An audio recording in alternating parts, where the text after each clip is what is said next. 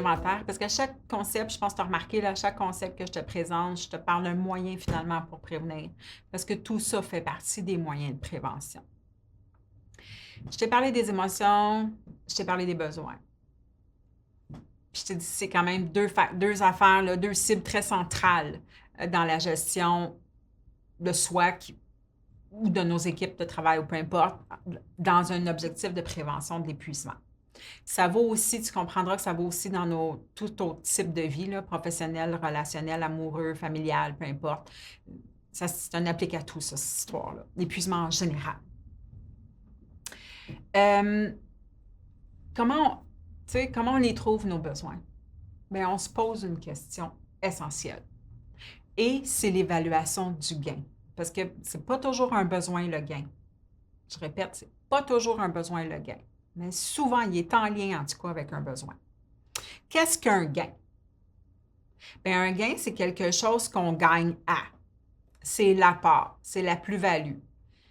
C'est ce qui fait qu'on a l'intérêt de poursuivre ou de faire ou peu importe.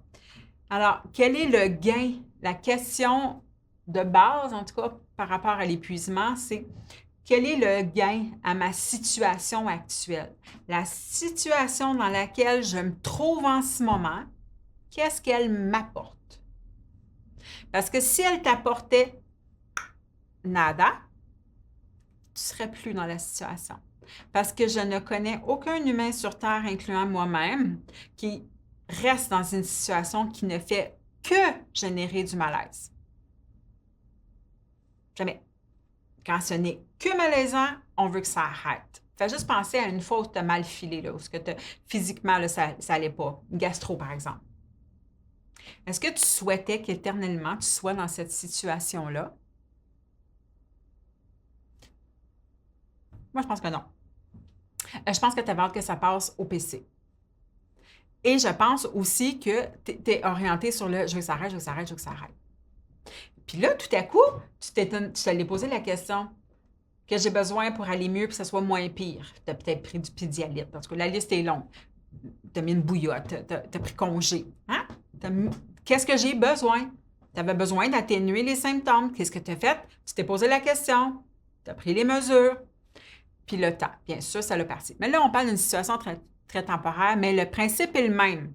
Le principe est le même que si tu n'es que dans un malaise, puis qui plus est, s'il est grand, ton malaise, tu veux que ça finisse. Tu veux te sortir de ça. Alors, si tu es encore dans la même situation, c'est qu'il n'y a pas que du malaise. C'est simple de même. Il y a des bénéfices. Donc, quels sont mes gains à ma situation actuelle? Qu'est-ce que m'apporte ma situation en ce moment? À quel besoin ça répond chez moi? Qu'est-ce que ça t'apporte? On a fait une liste tantôt. Est-ce que ça t'apporte de la joie? Est-ce que ça t'apporte de la satisfaction? Est-ce que ça t'apporte une valorisation? Est-ce que ça t'apporte une réalisation? Est-ce que ça peut t'apporter une promotion? Est-ce que ça t'apporte un revenu plus intéressant? Est-ce que ça t'apporte des opportunités? Est-ce que ça t'apporte du social? Ça répond à quel besoin? Pour le trouver, c'est ça. Puis pourquoi tu veux le trouver? Parce que c'est ce que tu veux pas perdre. Ce que tu veux pas perdre, c'est le gain. Si tu es un employeur en ce moment en train de m'écouter ou un gestionnaire, peu importe, puis que tu te dis comment prévenir chez mes équipes, mais pour ça, cette question-là, qu'est-ce qui les garde ici? Pose-leur cette question-là. Qu'est-ce qui les garde ici? Parce que quand on se remémore les raisons, les bénéfices, les avantages, les gains, on est capable après de faire le parallèle avec les besoins. Parce que s'il n'y avait que des gains, bien, on ne serait pas non plus dans la situation. On serait pas, petit train va loin. Ça veut dire qu'il n'y a plus que des gains, il y a aussi des malaises. Lesquels? Parce qu'il faut s'en occuper. Donc, la question, qu'est-ce que la situation m'apporte? Parce que ça, je ne veux pas le perdre. La question suivante, quoi d'autre peut me procurer ça? Pourquoi que j'ai aussi un malaise? Ça veut dire qu'il y a quelque chose d'autre dans ma situation. C'est quoi ces malaises-là? Et pourquoi, la question intéressante, pourquoi je ne change pas la situation? Donc, quels sont mes freins? Fait que tu veux trouver tes gains pour ne pas les perdre et tu veux trouver tes freins pour être capable de faire un changement, une transformation de situation. Donc, quels sont les freins au changement?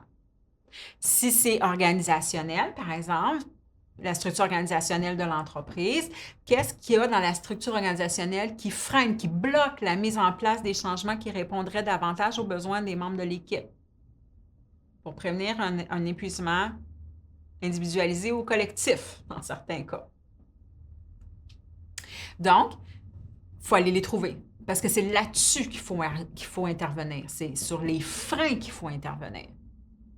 Si c'est un individu dans ton équipe ou si c'est toi-même ou ton partenaire de vie, tu crains parce qu'il me semble depuis qu'il va au travail, ça ne va pas bien, bon, peu importe. Si c'est ça, alors il faut se questionner qu'est-ce qui t'empêche, toi, l'individu, de changer la situation. Et là, il y a plusieurs réponses possibles. Ça pourrait être, les freins, dans les freins, ça peut être une peur. Souvent, c'est une peur ou des peurs.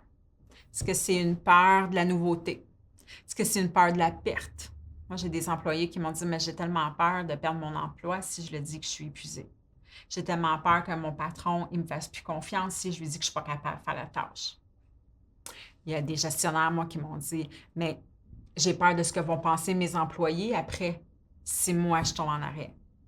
J'ai peur de faire des demandes parce que je sens qu'ils sont...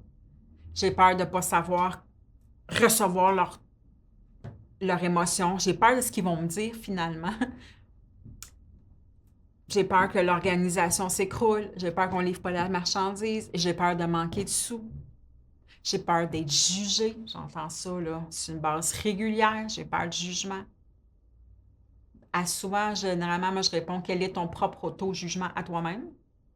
Parce qu'on n'a aucune idée de ce que l'autre va en penser. Hein. Peut-être que l'autre va dire ah, moi aussi, ça m'est déjà arrivé. Peut-être que l'autre va être plein de compassion. Oh mon Dieu, comment je peux t'aider? On ne le sait pas.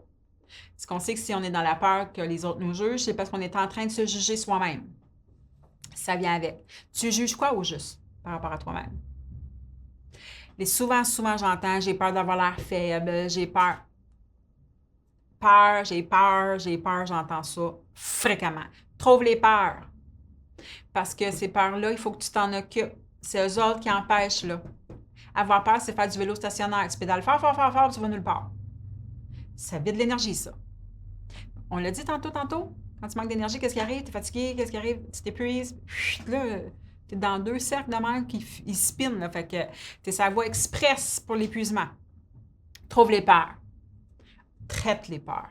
Pas ignore les peurs. Pas rationalise puis justifie les peurs. Traite les peurs.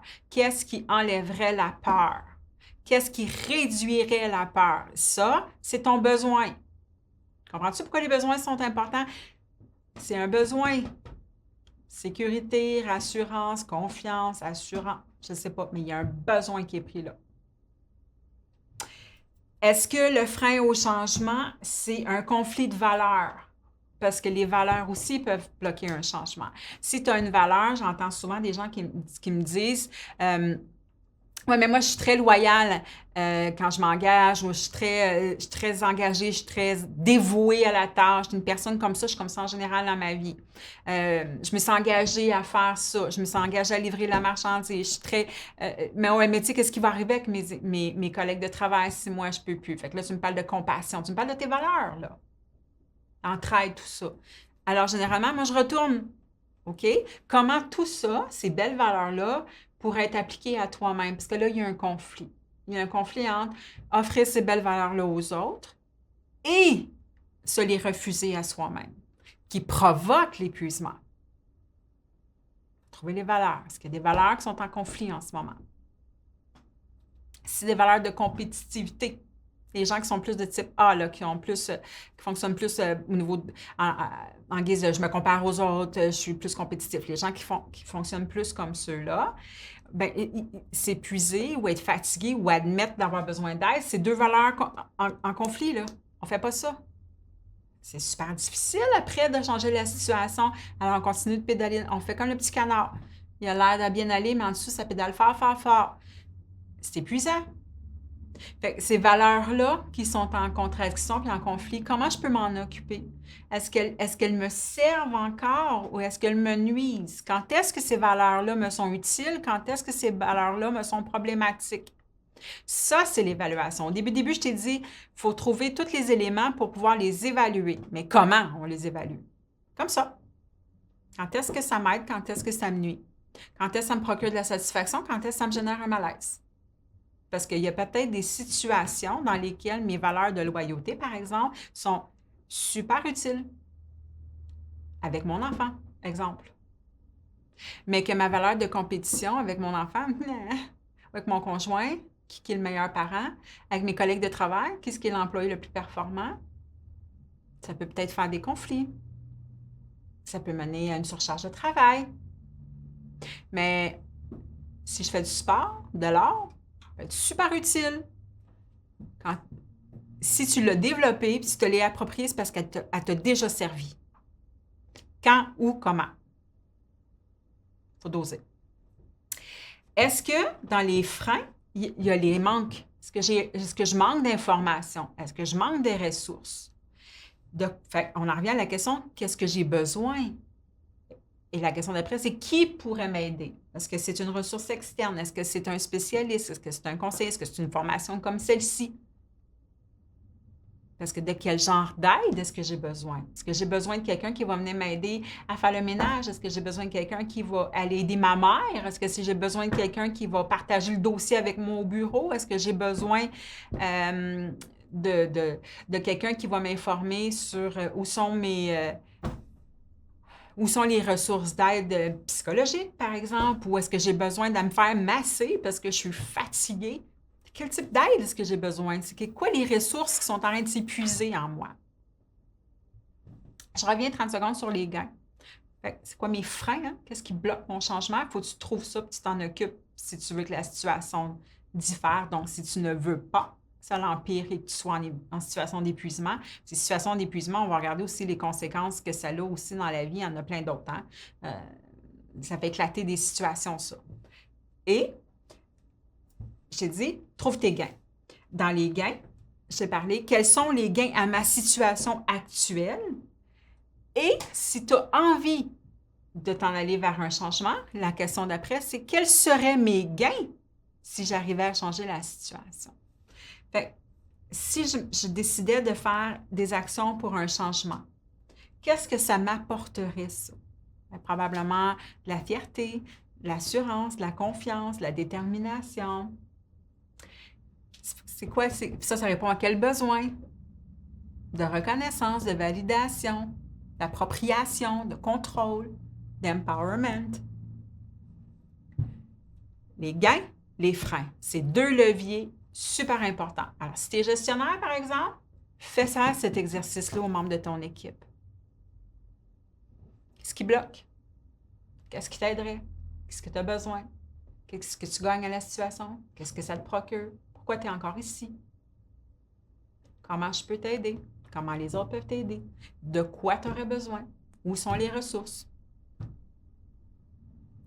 C'est la structure organisationnelle, même affaire. C'est qui la ressource ou de quoi qu'on a besoin pour peut-être la revoir, la structure organisationnelle? Y a-t-il une politique dans l'entreprise qui fait qu'elle pose souvent des problèmes, cette politique-là? Fait qu'on pourrait peut-être se pencher là-dessus. Mais qui qu'on a besoin pour nous aider avec un regard impartial, quelqu'un qui est externe, quelqu'un qui a peut-être une expertise différente, qui va faire en sorte qu'on va être rassemblés autour d'un même objectif. Et l'autre affaire que ça me fait penser aussi quand c'est organisationnel, alors en milieu de travail, même en milieu familial, ça s'applique aussi, c'est un des moyens utiles, c'est de dépersonnaliser. Il faut sortir de la culture du blâme. C'est super important, il faut sortir de la culture du blâme. C'est la faute à qui? Jusqu'à quel point c'est super important dans des situations comme celle-là. Alors, c'est de faire une situation, la situation actuellement, comment est-ce qu'on peut l'améliorer? Parce que ça, c'est une autre chose aussi, puis je vais y en revenir sur les caractéristiques, là, mais très souvent, les profils types dans les caractéristiques, il y a souvent une valeur de responsabilisation. C'est important d'être responsable, puis Oui, mais la responsabilité, quand elle concerne plus qu'une seule personne, donc plus que juste toi-même, la responsabilité, elle est toujours, même avec un jeune enfant, la responsabilité, j'insiste, elle est toujours partagée. Alors, quelle est ma proportion de la responsabilité dans la situation? Et si on est 8 dans la situation parce que c'est au travers, bien, c'est quoi la poire de tarte à tout le monde, là? Et à l'entreprise. La tarte étant la situation. Fait que c'est toujours des responsabilités partagées. Fait que quand on dépersonnalise, mon boss, il faudrait qu'il fasse, mon employé devrait, mon collègue devrait, je devrais en tant que travailleur. Quand on dépersonnalise puis qu'on en fait une situation, on arrive à partager la responsabilité. Et là, on trouve des solutions. Et ça, c'est de l'empowerment. Ça ravigote. Fait que ça, c'est l'autre direction. C'est le chemin à côté, là. C'est s'éloigner. Parce que non, vouloir prévenir un épuisement, c'est en fait s'en éloigner. Fait que c'est aller dans la direction inverse. Ça, c'est un autre des bons moyens pour y arriver.